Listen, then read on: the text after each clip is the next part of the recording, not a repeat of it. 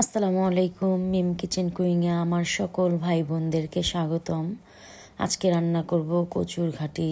এটা আমার খুব পছন্দ। এটা প্রথমে কেটে ধুয়ে এখন গরম পানিতে ভাপ দিয়ে নেব। আমার অবশ্য ভাপ দেওয়ার চাইতেও বেশি সিদ্ধ হয়ে গেছিল। লবণ দিয়ে দিতেছি। এটা সিদ্ধ করার পর তারপরে এটাকে রান্না করব ছোট চিংড়ি মাছ দিয়ে।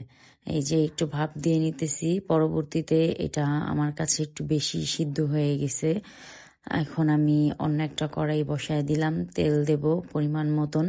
তেল দিয়ে এখানে অল্প কিছুটা পেঁয়াজ দিয়ে দেব, একটা পেঁয়াজ। এই পেঁয়াজটাকে এখন আমি এখানে একটু ভেজে নেব।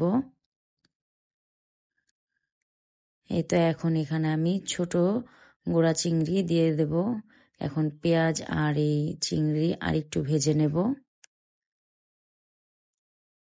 এখন এখানে আমি লবণ অ্যাড করতেছি। তারপর এখানে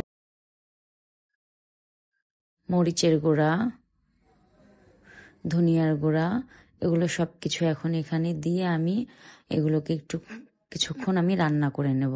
হ্যাঁ, আমি চিংড়ি মাছে আর কি আদা রসুন খাই না, আর ছোট চিংড়ি মাছে তো দেই না, কারণ এটার গ্রানটা এত সুন্দর। আদা রসুন দিলে আমার মনে হয় যে গ্রানটা একটু অন্যরকম হয়ে যায়। এটার জন্য আমি আদা রসুন বাটাটা দেই না। একটু পানি দিয়ে আরও কিছুক্ষণ রান্না করে নিলাম। এখন এখানে দিয়ে দেব আমি এই যে সিদ্ধ করে যে রেখেছিলাম কচুর ঘাটি। এই কচুর ঘাটিটা এখন দিয়ে কিছুক্ষণ লাড়াচাড়া দিয়ে নেব। এটা এখন অল্প সময়ের মধ্যেই রান্না হয়ে যাবে, যেহেতু আমি এটাকে আগে থেকেই সিদ্ধ করে নিছি। আর হ্যাঁ, হালকা একটু ভাপ দিয়ে নিলে ভালো হয়। অনেক ক্ষেত্রে হয় কি, অনেকের গলায় ধরে, এর জন্য কিন্তু আমার এখানে অনেক বেশি আর কি সিদ্ধ হয়ে গেছিল। আর অল্প কিছুটা পানি দিয়ে দেবো, যেহেতু এটা আমি ঝোল ঝোল করব। এই সবজিটা মানে এই তরকারিটা আমার এত পছন্দ, আমার খুব ভালো লাগে এই তরকারিটা খেতে। আপনারা সবাই আমার পেজটাকে ফলো দিয়ে দেবেন, লাইক কমেন্ট শেয়ার দেবেন বেশি বেশি। সবার কাছে আমি অনেক অনেক কৃতজ্ঞ, সবার ভালোবাসায় এতটুকু দূরে আসতে পারছি। সবাই একটু বেশি বেশি লাইক কমেন্ট শেয়ার করে দেবেন।